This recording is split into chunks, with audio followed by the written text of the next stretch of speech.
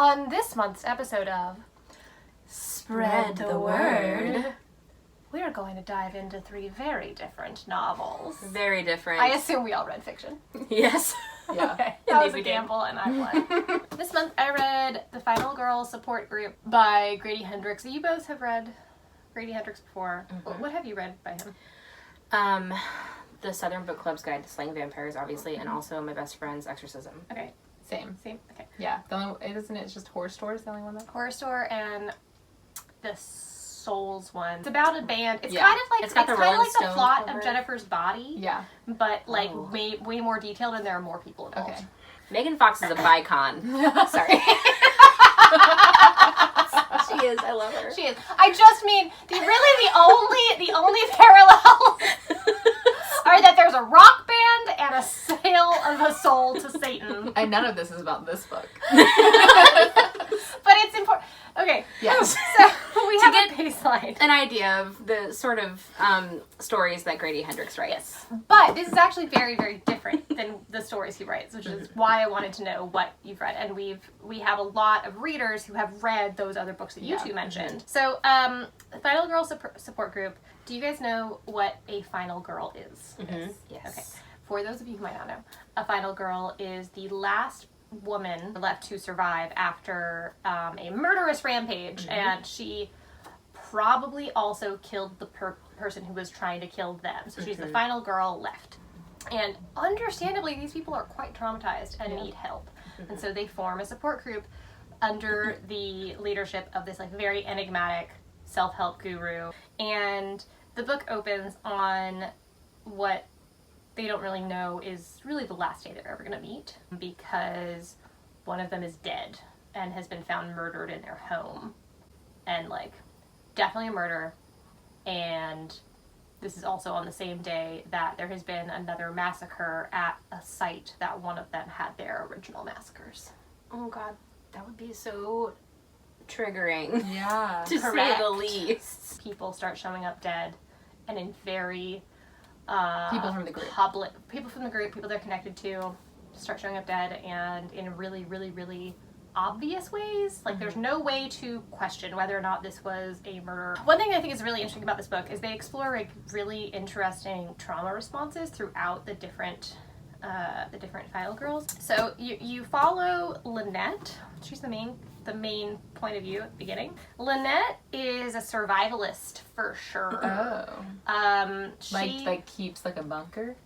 Yes. Like I survived a freak murder, and I must adapt. When she leaves group, she never takes the same route home, and she always makes sure it takes her hours to get home. Oh God. Yeah. She has a go bag all the time. Her only friend is a plant. And then a couple of people in the group. You sit with her for a very long time. She's so interesting. But you also get other characters. Does it still have his humor, you know? Yes, it does, for sure. There's lots of humorous moments in like the third person parts of the narration, just in little observations all around them, and like the absurdity of how media treats female victims.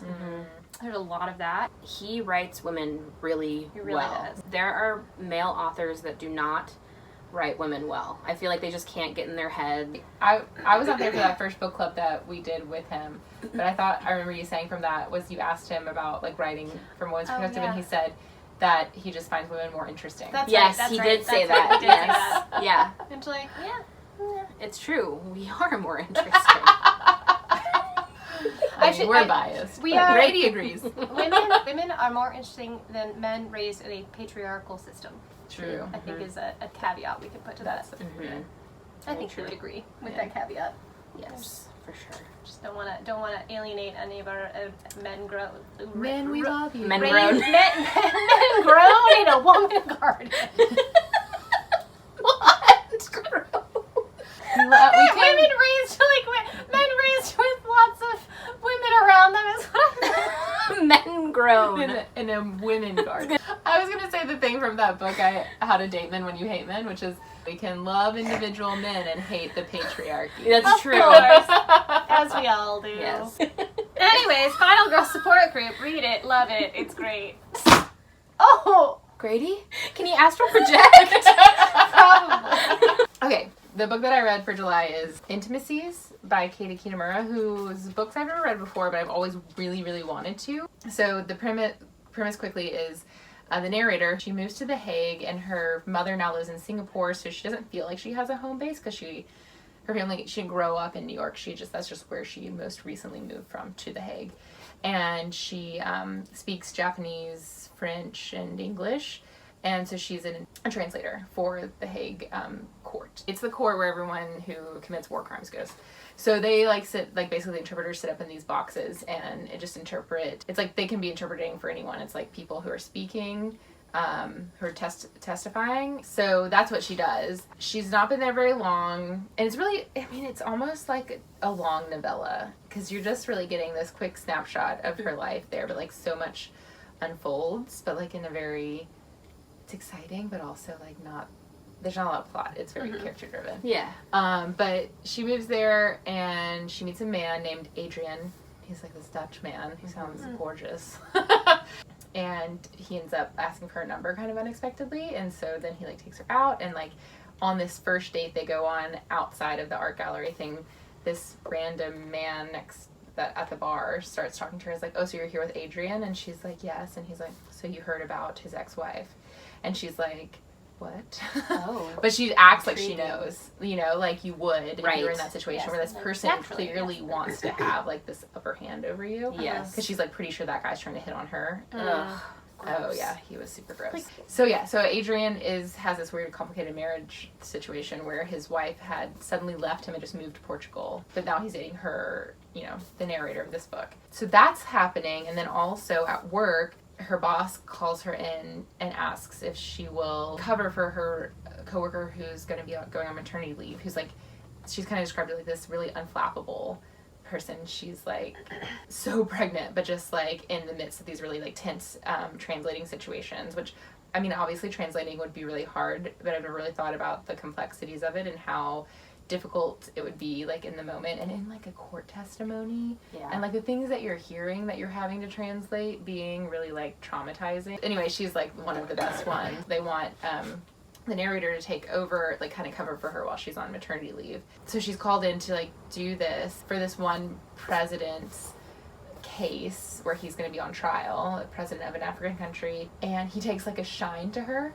and it's really unnerving because he's really committed some terrible crimes. And so her being like enmeshed in that court case, it's really uncomfortable, but like she's having to like translate for him, and he feels a rapport with her. Okay. He feels like a she connection understands him. Gotcha. Which is so kind of like a Clarice Hannibal type thing. Yeah. She's not even in a position of Clarice, who's like an investigator. She's just a translator. She's a literal middle person. Yeah. I feel like that's where the title makes it really interesting, like these weird like intimate relationships that she's having, or they're not really intimate, but they are because they're professional. So that is happening, and then meanwhile Adrian sort of starts ghosting her, and she's like, what's happening? So the whole time you're kind of like wondering what's going to happen with them. You're wondering what's going to happen with this case. And there's some other interesting commentary too, like the court is coming under a lot of scrutiny because it seems like they're only prosecuting people from specific countries. For example, the U.S. has also committed war crimes, but has anyone from the U.S. have ever been on trial in The Hague?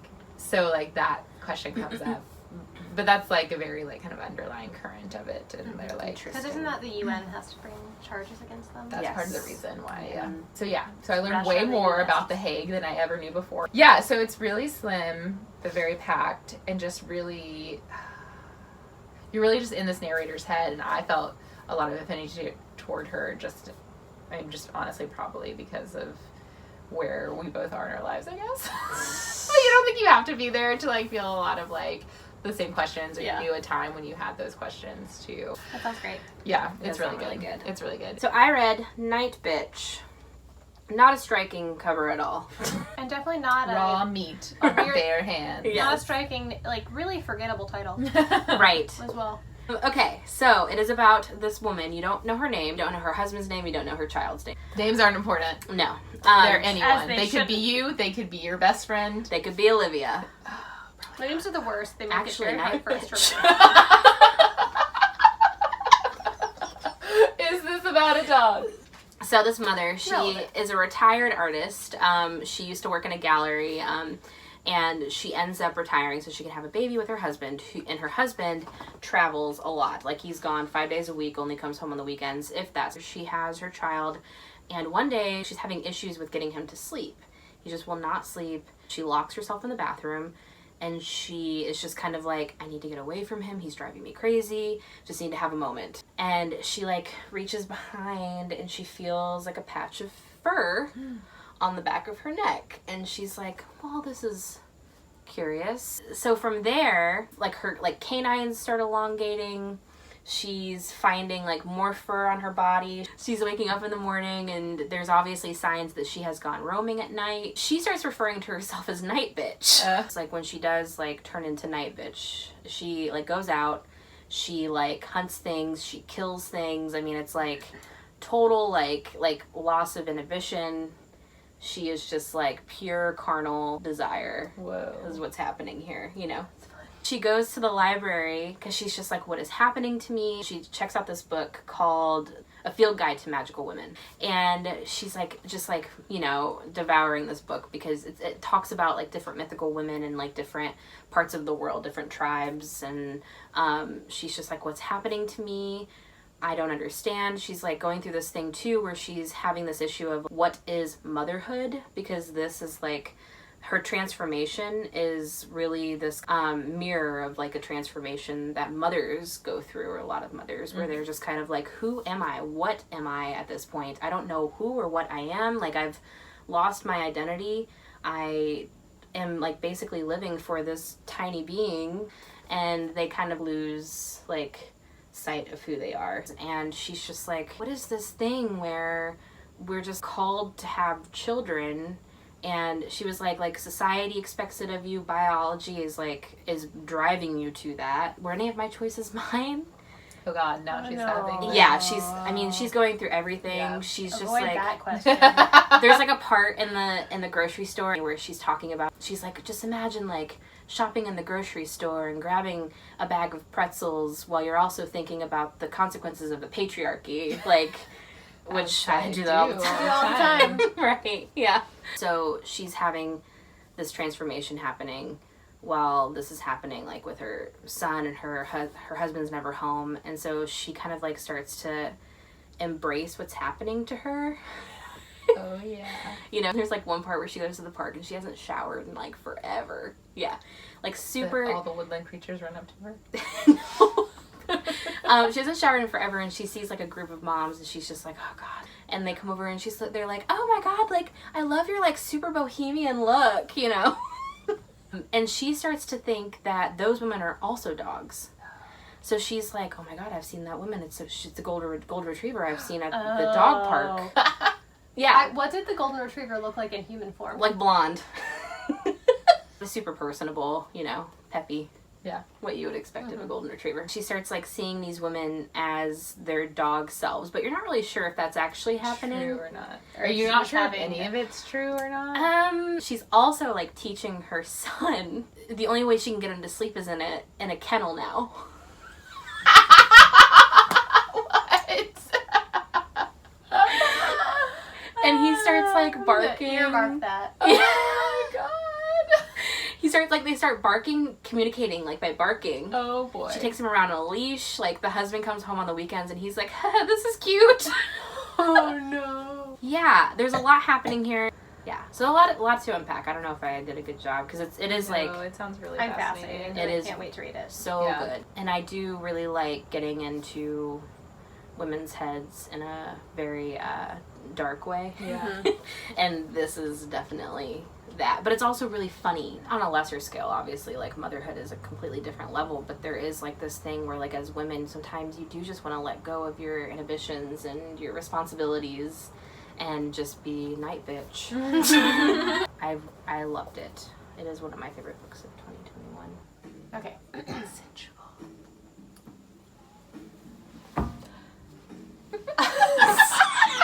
Am I gonna do it or am I gonna do it? Sorry. Thank you for joining us for this episode of Spread the Word. This episode, we talked about 3 very different novels. but they had similarities. We had one where we had women on the run. That was yours. Okay. We had one that was a rallying howl to women, especially mothers everywhere. And we had one where a woman questioned everything and also war crimes. There's also war crimes. War crimes, howls, and murder. I didn't say murder in mine, but it's implicit. There we go. Cheers! Happy, spread the word. July.